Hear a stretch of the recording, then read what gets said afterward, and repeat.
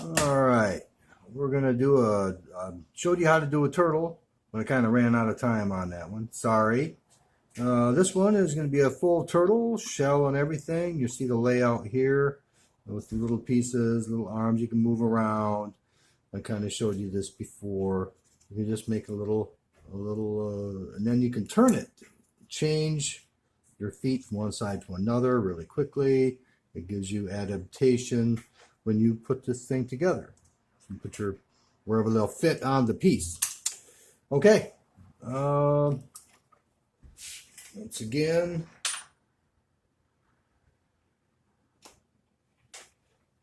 take your little saw. Hopefully you figured out how to make this. If you hadn't, eventually I will show you how to make these little tools. But before I do that, I'll show you how to make these things in the first place. The tool making part's kind of boring and technical as well. So we're going to go ahead, outline this thing like we did before. This gives you a, turn your speed up, it will burn better. There's smoke pouring off that thing. This just gives you your boundary of where you want to go.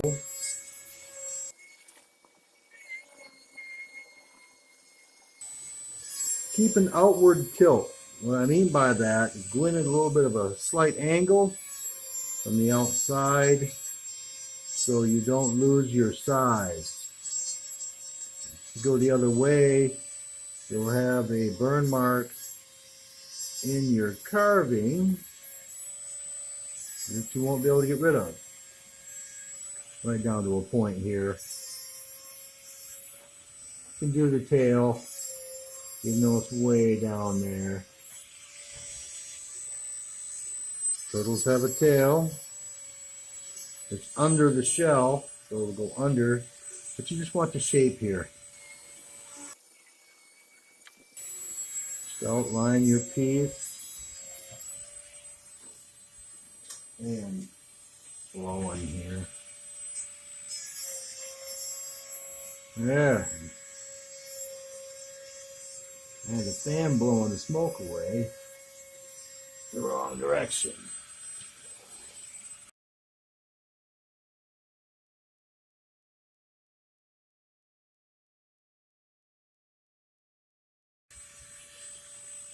Used to do this with a electric soldering iron, but these micro saws I've come up with are much faster and go way deeper. Not a cure-all. I still have to have my burning rod tip that I've made up. You can get the stuff that's out on the market today, but you're still not going to be able to do what I can do because I've made my own tooling, and it just, like I said before, it doesn't exist out there, guys. And or girls. There might be girls out there wanting to carve too. I'm ready to start teaching all you guys how I do what I do. I have 40 years of secrets that I haven't shown anybody how I do this stuff.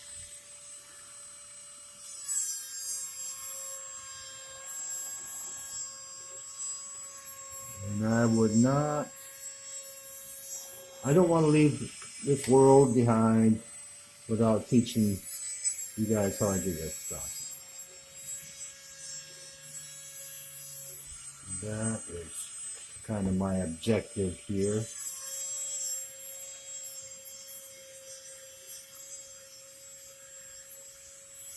Alright, we're getting closer on this now.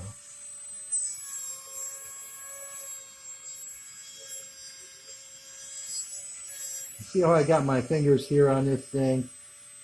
Keep pressure between the two, and you can maintain a tremendous amount of control. You don't have to go all the way around. You just have to go part way with both hands. That's why I clamp my pieces down. You hold on to them, and you can't do the work and get the detail you're looking for with just one hand.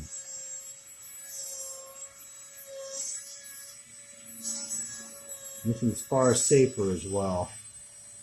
This piece of wood's not going to move. If it does, it's just a small amount. Or if you're holding onto the piece with this hand and you're trying to do this, not only you're going to screw up your piece of wood you're working on, but you're going to run over your fingers. You do that enough as it is, or I have anyway. This hand is not been nice to that hand.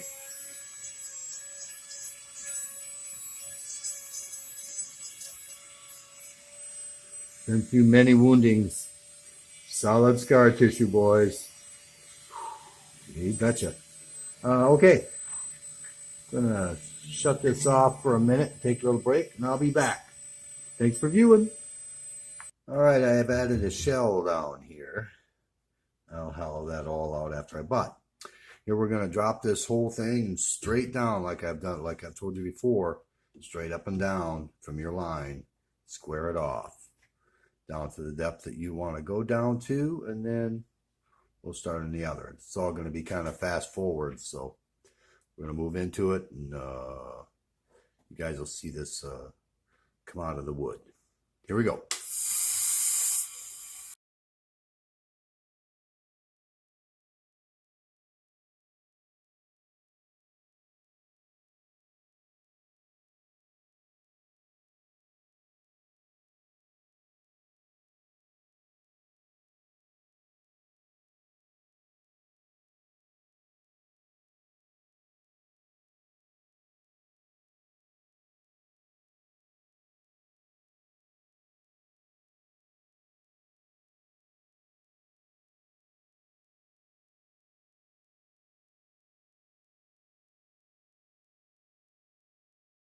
We're going to, I'm going to fill this crack right here. It's a natural crack in the wood, and I'm going to fill it with wedges. I've been doing this for probably 25 years. I'd say longer than that. Probably 30 years now I've been doing wedges to fill cracks. And a little bit of crazy glue run down in the thing. CA, whatever you want to call this stuff. When I first started using it, it was called crazy glue. This stuff goes way back in our history, back into the 50s. Crazy glue was a national secret at one time. It's what they used to hold jet engine parts together so that they didn't unthread.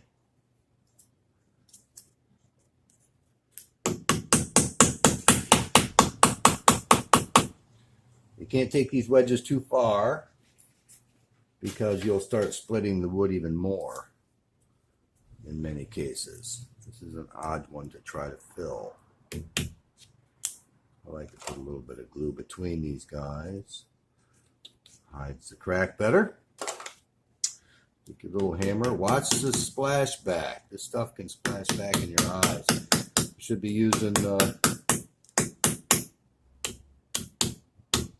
protective glasses. This is a tough one. This is such a weird. A bit more crazy glue. Put that right down in there.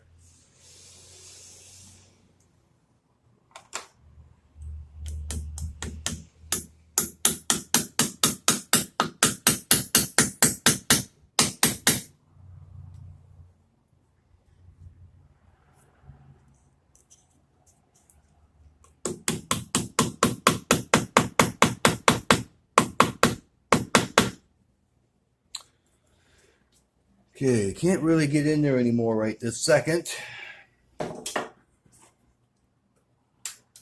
Cut these things off. Don't break them off.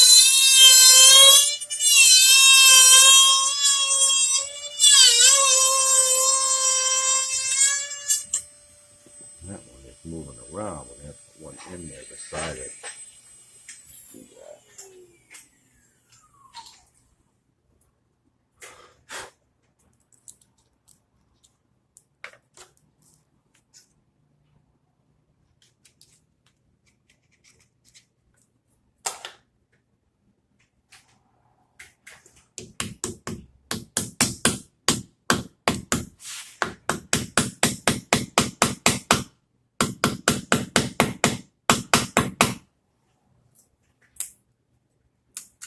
fumes from CA can get in your eyes and burn like hell too, so remember that.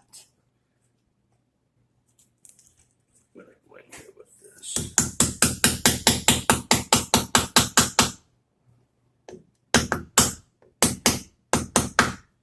It'll kind of bounce, the hammer will kind of bounce back. It's a weird feeling. You'll have to pick that up on your own.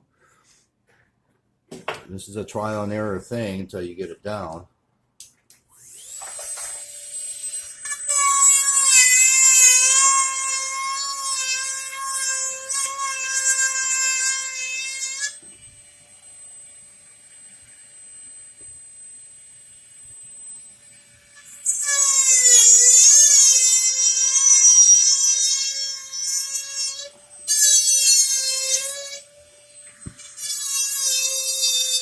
Stay above your glue line.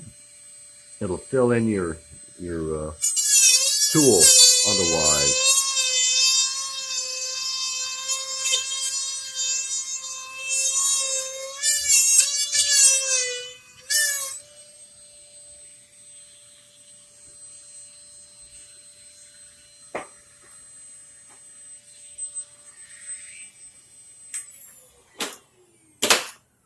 You can take a micro torch like this and blow your dust away, and you can literally catch this stuff on fire and accelerate the curing process of the CA.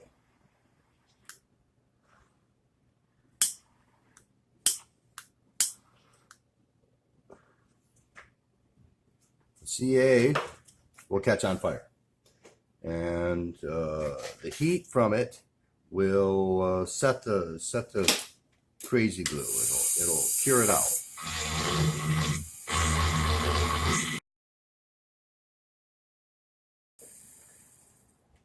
Got a little bit extra right in here.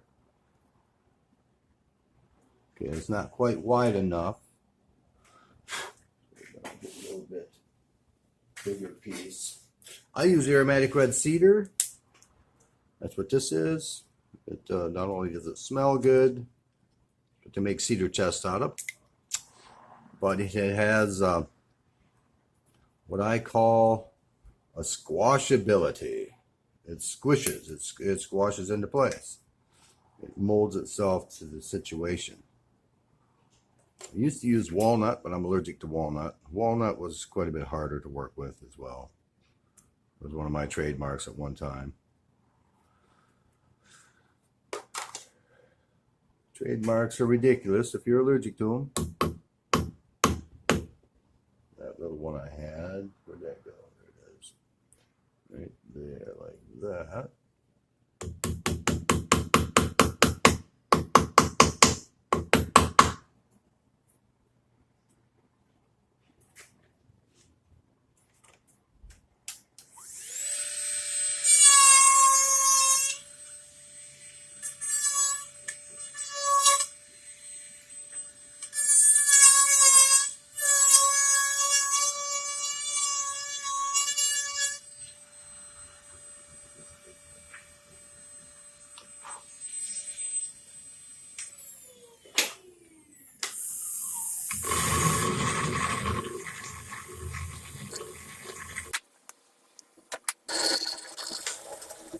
Okay, you get the general idea how this is how you fill a crack now.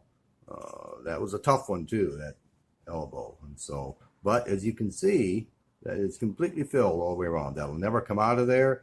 If the wood shrinks, it's wood as well. It will shrink with it, and it won't squeeze out. Now, that's how I fill a crack. Okay, we're gonna move on. Start ripping this thing now.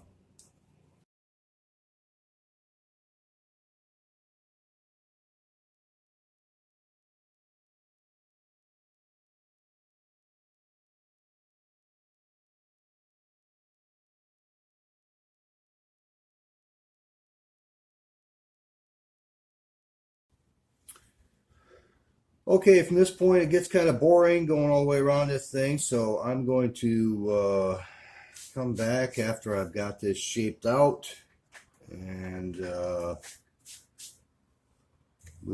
Then I'll show you how to do the inside of an egg, and then we'll move on to the turtle. So we'll be back.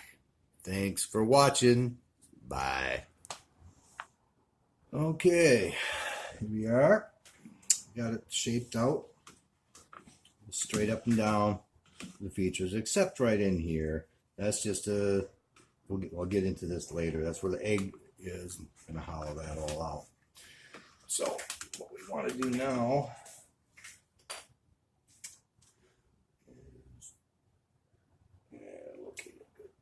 is round this egg out. Turn it into an egg shape, partially in the sand. So you're just going to round the thing off. Here we go.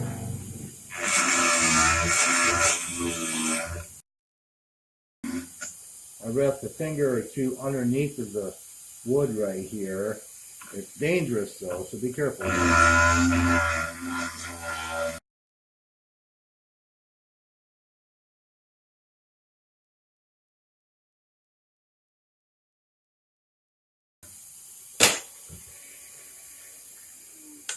Okay.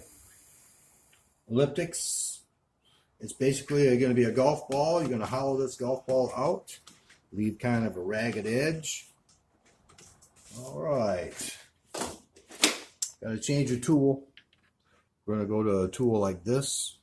It's a stippled tool. It's full of crap right now. Nice. Anyway, change out your tool. You have to whack these things to let that collet break free. Tool in right about there. These are stippled tools. They're awesome. You get them from several different companies. I like Fordham products. It's my favorite. I've used a bunch of other ones. Fordham seems to be the best. More high tech. This is a rough one. I don't think this was even made by Fordham, but it's still a good tool. I think there are titanium tips, little points on there, and these things are awesome.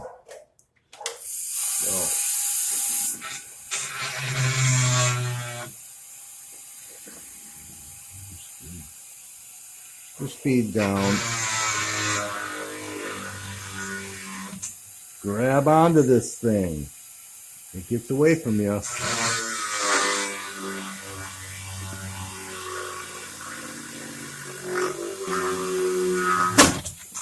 Just like that.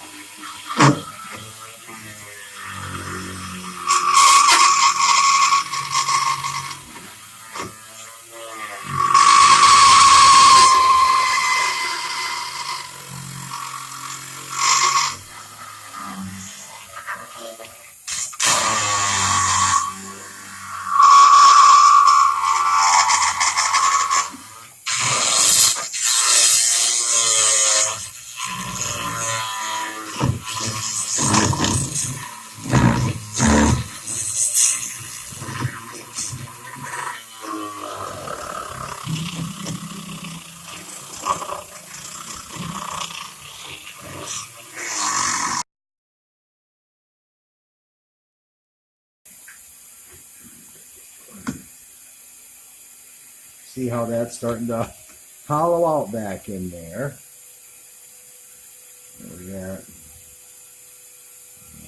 a nice little cave going. At this point, I would suggest just walking away from it and start bringing the layers of your turtle down. You got to bring the wings way back here. There we go. See a little bit better on the turtle now. Going to move on to that. You can use this tool for roughing in for part of it. Bad to the bones for sure. Hang on to it though. If it gets away from you, you will pay.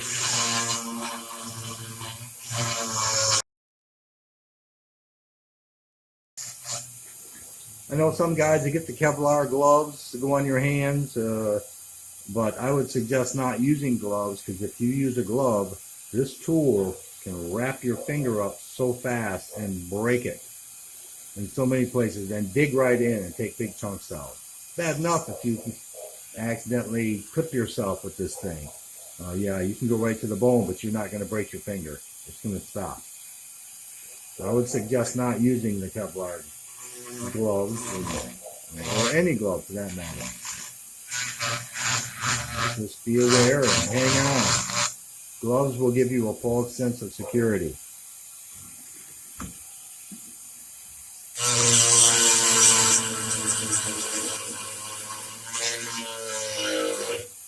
After you get the body trimmed down out of the way, you can get in here. I used this for a pressure point so I could dig that massive amount out. Now it's a matter of finesse. Small amount.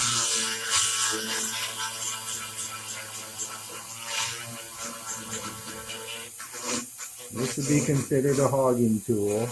Be careful. It will take it.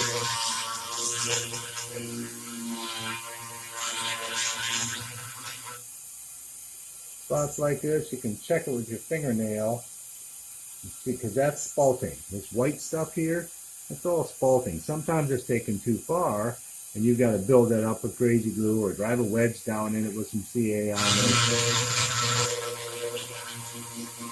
I have techniques I can show you, and I will. Leave that tail for last.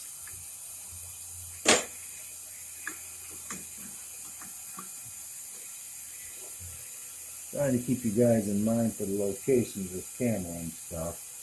The white stuff in there, that's spalting. That's a fungus that rips through the wood, changes it dramatically, and hard to saw. The decaying process.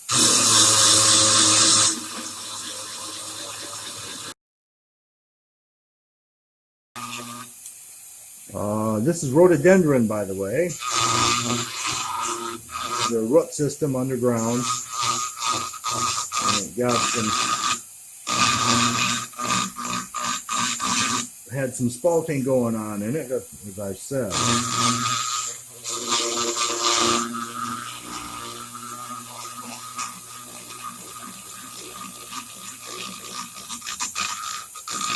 Spalting can be a dramatic change, but it's also a huge pain in the butt when you start to work it down and it's way too soft for what you want to do. You know, this isn't bad. This is close to. This is almost too far, but not quite. This is a good little piece of wood. Very minimal amount of work, extra work. Quick little successions, back and forth.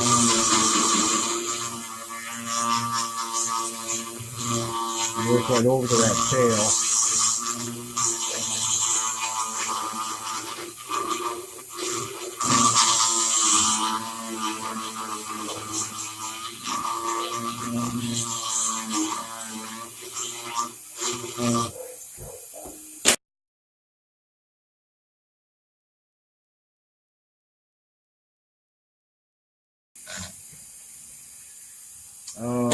We have to do the center line. Don't forget the center line.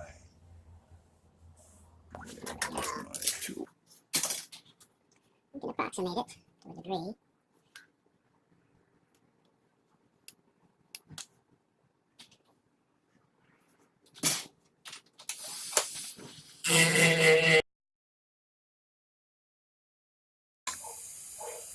Alright.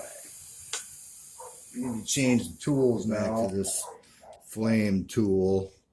Leave about a 1/2 inch. Your shaft is in there about halfway, a little bit past half. It'll keep your vibration down and still give you plenty of shaft inside the tool. Good and tight.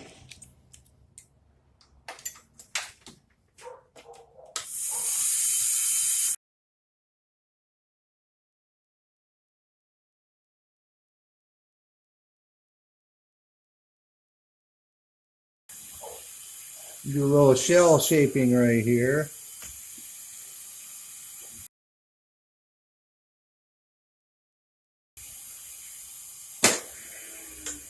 Okay, gonna take a little break here. I'll catch you on the turn. Okay, I've done some more shaping. Otherwise, this would be really a long film. Start shaping in this egg now. We'll work the inside after you get the outside done. If you want. Otherwise, you can cut right through where you were from the inside. So do the outside first. Flare that egg out a little bit so it looks like it's been stretched. This is a sanding barrel. Well, these things are awesome. If you've watched previous ones, you've seen me use this. Great for micro shaping and sanding it out.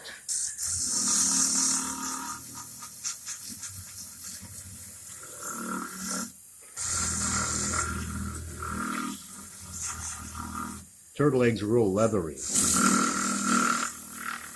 They don't break like an eggshell. They tear.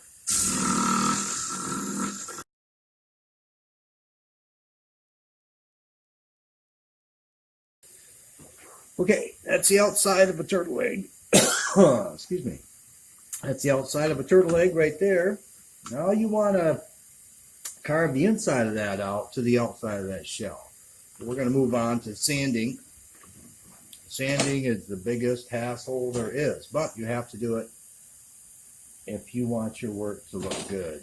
So this barrel thing, and this is before you go underneath of all this stuff. Just do a preemptive sanding.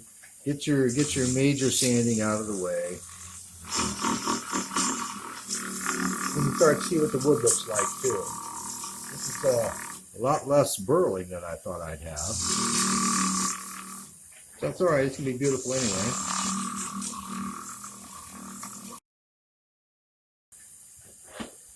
Nice tight little circles. Keep your speed down or you'll burn your paper out quick.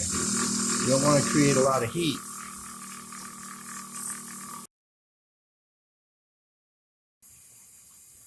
The burl is in there, it's just really subtle. It's going to be beautiful. I love these little root burls, man. They are awesome. That's why I moved out here to the coast.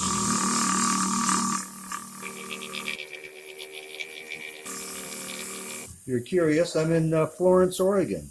It's an awesome place.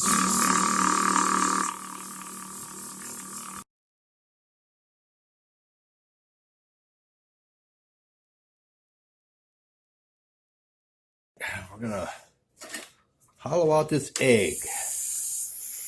Now you've got your shape on the outside and it's sanded even.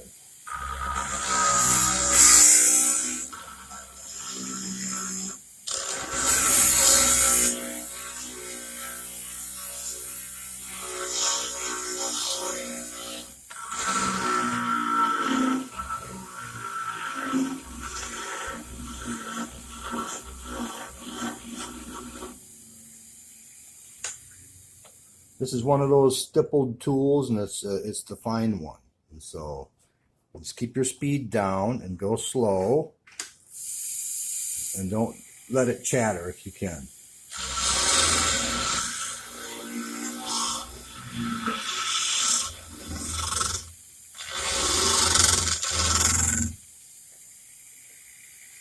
A little bit higher speed.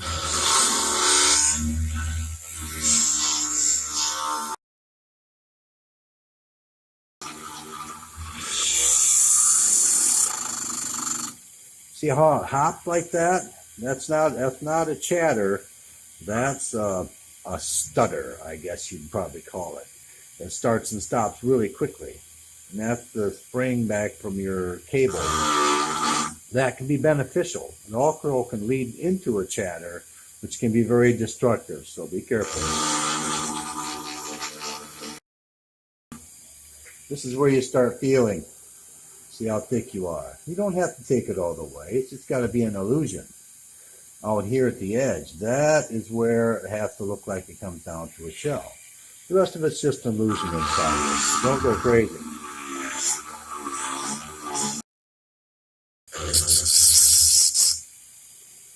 This right there, just gonna pop that right off. Make it look more real. That was a crack. I could have fixed it if I wanted to, but now it looks even more real because it's a pull, or a tore apart. It's more like a tear.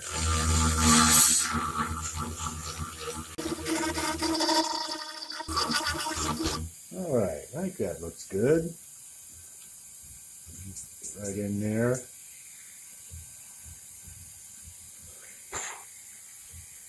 And you can just keep from chattering at all the pieces. I go to a tool like this, but I don't put it in the machine. I put it in a drill. Back at it now. We're gonna go down in here with this type of a tool. Good luck finding it, but it's a smoother tool. It's gonna clean the inside of this egg out better than what it is. Nice slow speed.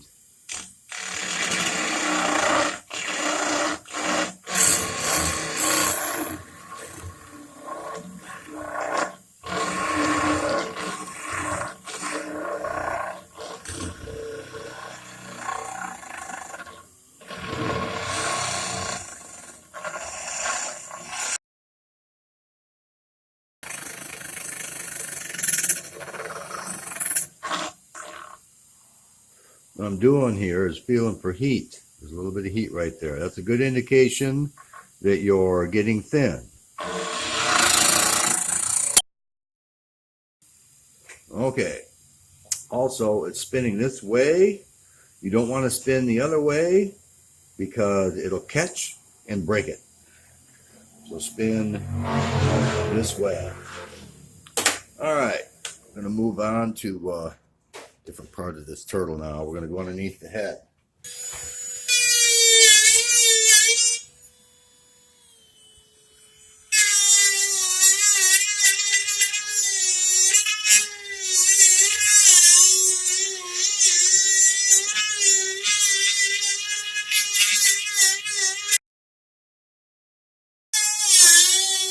You want to stay above your surface. You always go back down to it. Nice clean cut. It's smoking like that because the wood's so hard.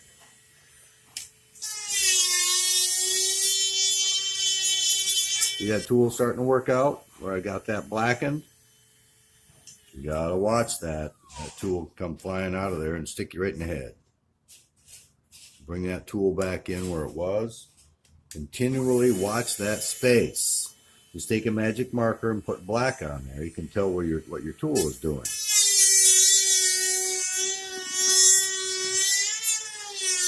Still starting to work out. I got a little trick for that. I'm going to show you that little trick right now.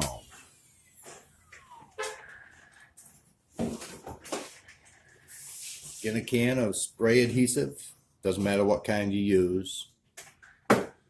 Take your tool out. Spray a little bit of it into a paper towel. Like that.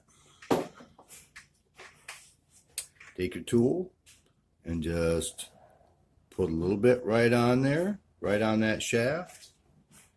I wipe the very back end of it off a little tiny bit. Put your tool back in.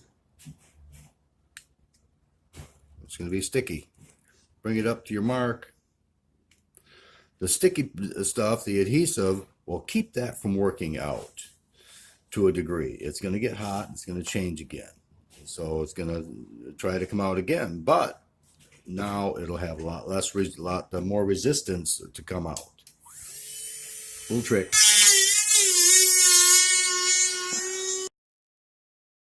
Don't try and take it all at one time. Just nice, light little passes.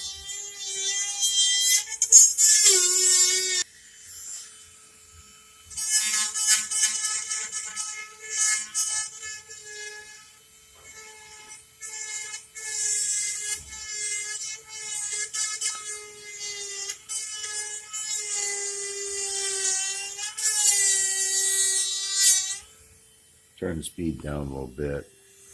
Keep me burning pretty good.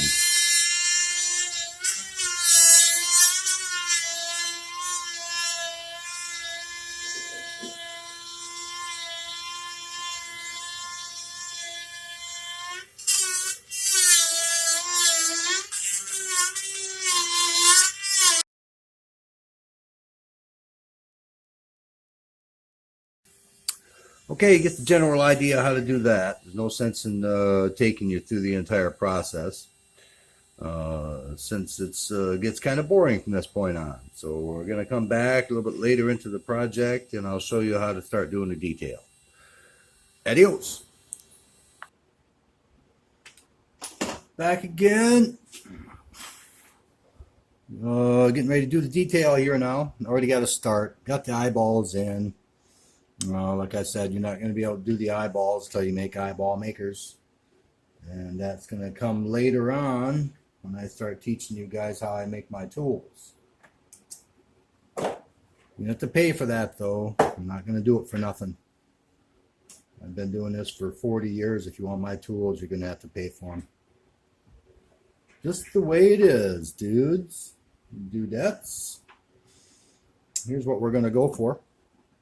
Is this right here. And we've got the outside part of the shell done. There's 13, counting this one twice, there's 13 plates going down each side, that rim around the outside. There's also 13 plates in the center of that as well. If you don't do the 13 plates, it's not a turtle. It's a fake turtle. And so I use this one to go off from because it's almost perfect. And so I use this one for a measure off from, really. Measure out here is where your first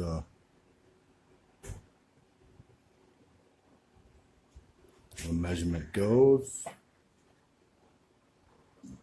All these plates are different sizes, and each shell is going to be different as well. That's just the way it works out.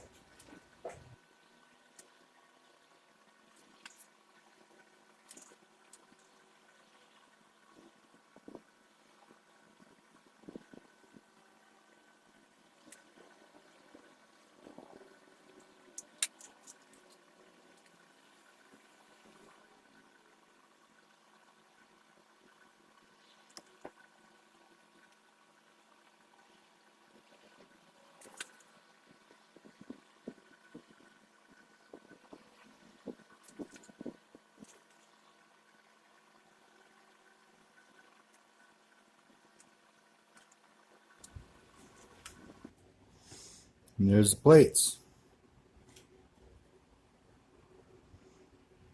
As you cut these in with the micro saw, you can use a regular soldering iron or the new style wood burning tools they've got. I do it with the micro saw because it's faster and deeper and more controllable. And that's another thing, you're not going to be able to find the micro saws out there neither because I make them.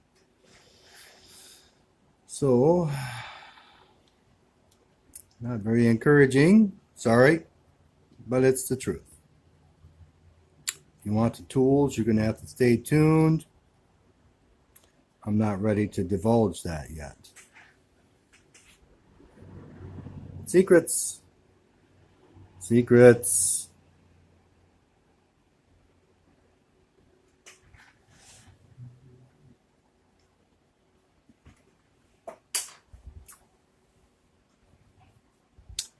Micro saw that you cannot buy. You have to make them. All right, here we go. Turn your speed up. You want this line to be black. I'd advise using the magnifying glasses.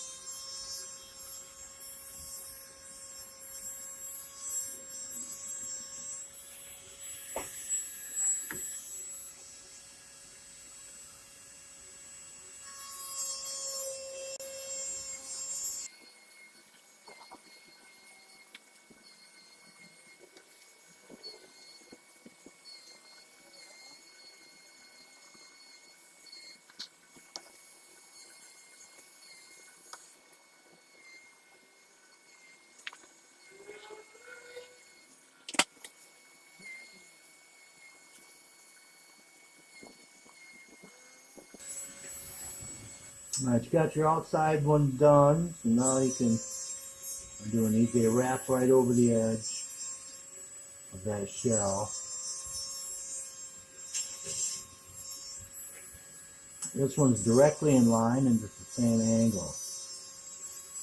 So you can go ahead and do that one. Don't go too far, because then you'll be down in the other shell, and that's what you don't want.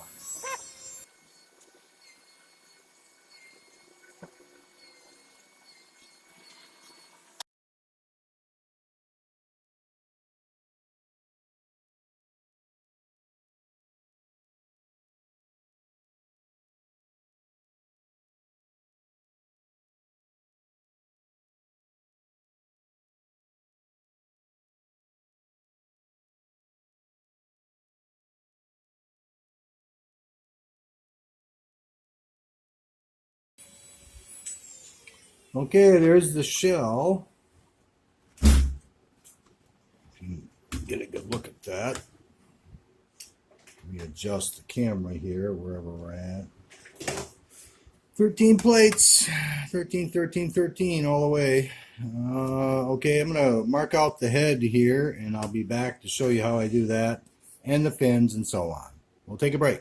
Okay, I've got all marked out, all the scales and stuff, and go through this process, show you how this works. As soon as I get the right tool in here anyway. There we go. And then the sucker really. All right.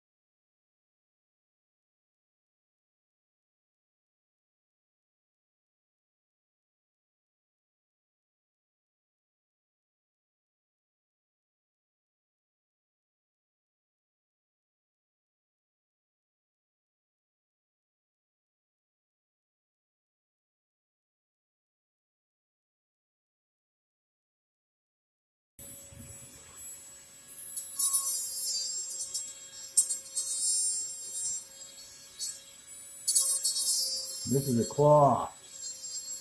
You got a claw on their front foot. Hoof, fin, whatever. Anyway, and these are things that are typical in each, they're fin pallets, I guess, I don't know. But a lot of these characteristics around the outside you'll see in the turtles that are quite common. Okay, get the idea. I'll show you what this thing looks like when it's finished up. Have a good one. Bye. All right, here we are. All the detail is done. Don't forget the nostril holes and the mouth underneath. See how the mouth is. Better line up, see if I'm even on target here. Not really. Sorry about that, guys. But anyway, here we are. Shows you the turtle.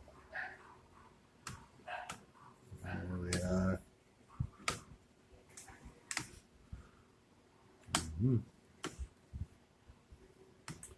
there it is. I'll give you a glimpse of it after I put the finish on. And I see I got a little bit more sanding to do right there. Sanding is the last process, your last chance to make your project look good. Really look it over in good light. Make sure you've gotten all your scratches out. The scratches will show up after you spray it.